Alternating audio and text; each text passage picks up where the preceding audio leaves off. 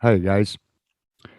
I thought I would make this video before I start plowing this year because the plowing videos are right around the corner. It won't be long and I will be running the blade on the truck again. And in this video, I wanted to cover something so you guys understand because I get asked this a lot, especially throughout the winter as I plow. And it's very difficult to try to explain this in a comment. So I'm dedicating this video to this subject so you guys know what this phenomena is. And it's whenever I talk about lake effect snow. You know, every time I go out plowing, I'll say, well, we've got lake effect snow warnings up. We're supposed to get anywhere to 1.5 feet of snow. We're supposed to get 18 inches of snow, 25 inches of snow, whatever the amount may be forecasted. You will hear me mention the words lake effect snow. Well, people that don't live in this area of the United States or even in the United States have no idea what that means because they may have never heard that term before. Lake effect snow is something that only happens around the Great Lakes. It's the only place on earth that it happens. Nowhere else does lake effect snow happen. In case you don't know, the Great Lakes are the biggest lakes in the world. They are huge, and they're the largest freshwater supply on earth. These lakes are no joke. When you stand at the shore of any of the Great Lakes, you cannot see the other side with the naked eye. They're huge. It's like standing at the ocean. They have beaches and everything.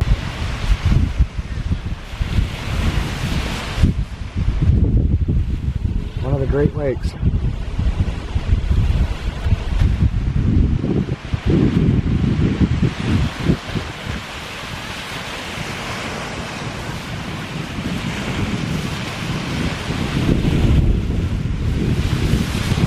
In a nutshell, lake effect snow is when a storm in the wintertime comes across the Great Lakes and it sucks up the moisture like a vacuum cleaner from the Great Lakes. It is sucking water up into the sky.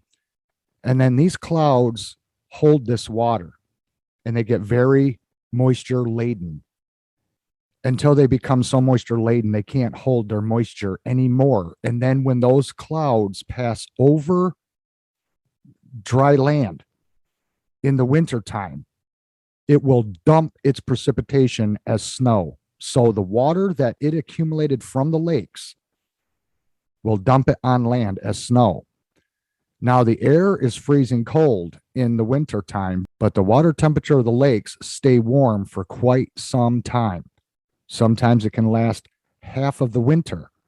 The first half of the winter, the lakes can be completely open water.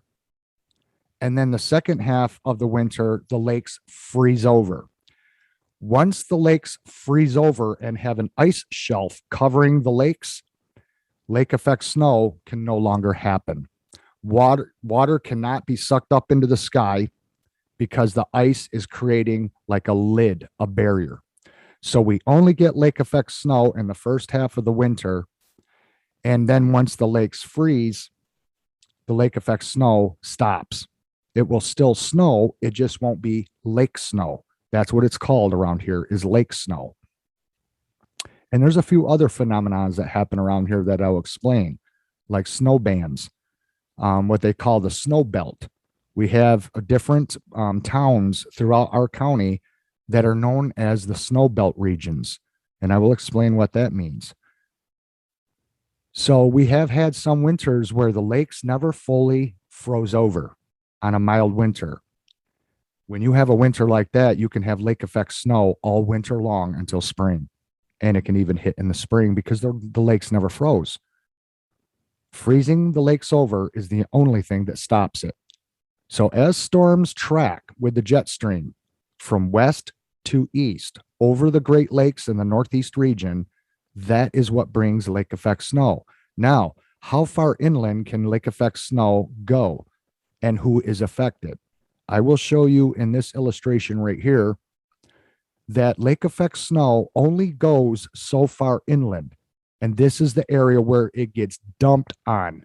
This is where the snow totals are the highest. Everything west of this line is lake effect snow bullseye area. Everything to the east, there is no lake effect snow. Once the storms track far enough inland to the east, after it loses all of its payload on us where we live, then for everybody else beyond this line, it's just general snowfall, like it would be in any other state. Because like I said, it only happens in this region of the United States and in the world. You have to be near the Great Lakes, right near the lakes, to get lake effect snow. And you can see that I live right next to Lake Erie, downwind of all the storms, and that's why we get dumped on. That's why it snows so heavily here. That's why we get so high snow totals, and that's why I have to plow so often. If I lived an hour and a half east of here, I wouldn't have to worry about it. I'd just be plowing regular snow. Because you see, when the storms come off the lakes and come inland, it can dump as much as 2 feet or more where I live. And then an hour and a half away, they might only get 5 or 6 inches of snow. Big difference. You can drive from one town to the other. One town can have just a dusting of snow, and then you get into another town and it can have over a foot deep of snow, and everybody's out plowing and running their snow blowers. It can be bad, and it does get bad.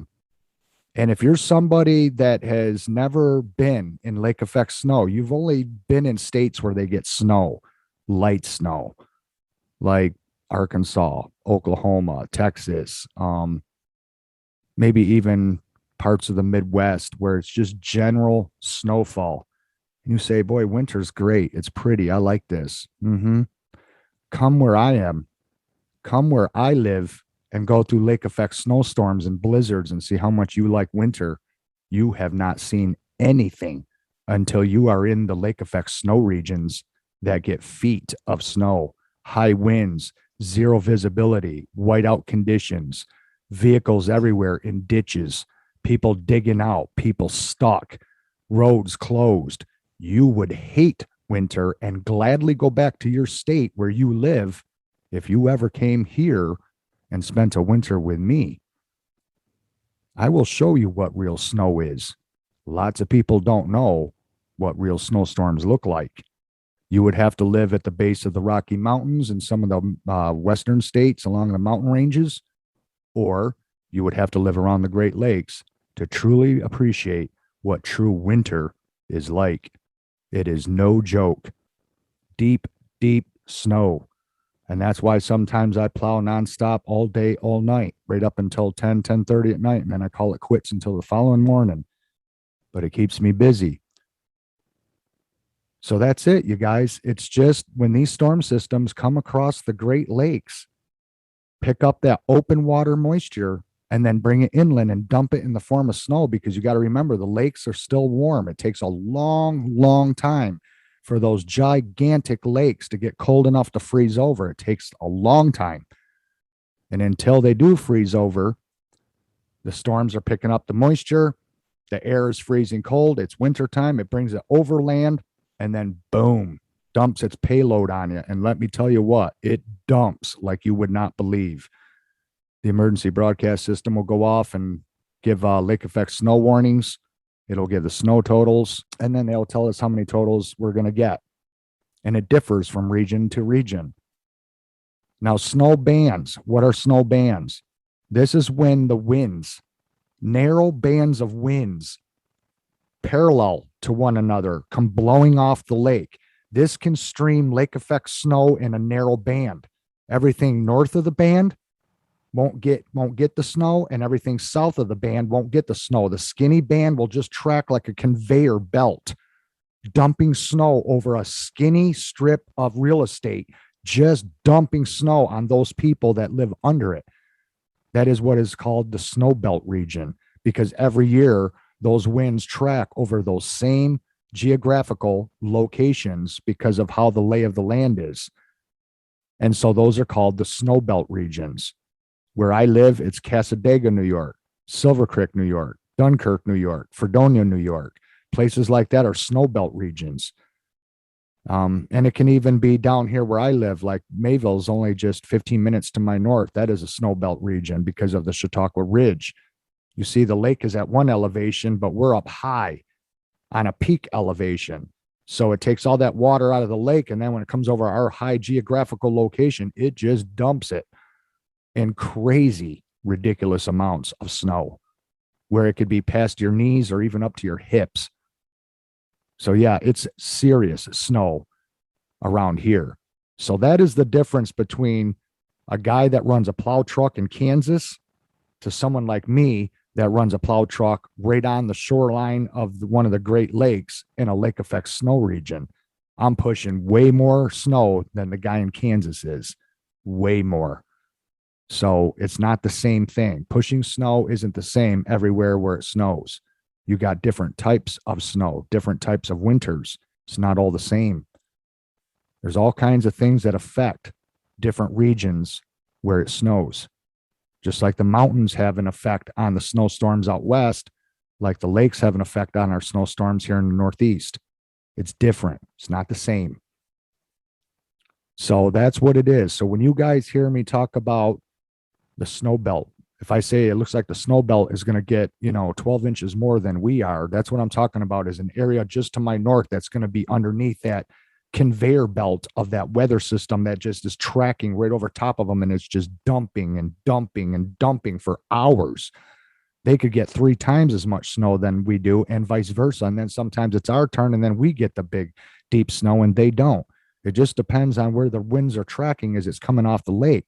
But anytime you get snow coming off those unfrozen Great Lakes, that's lake effect snow versus general snowfall. Now, if there's no storm and there's no winds blowing across the lake and everything is calm, but it's just a mild storm just moving slowly over us, then it's just general snowfall. Then it's not lake effect. Then it's just a normal snowfall day.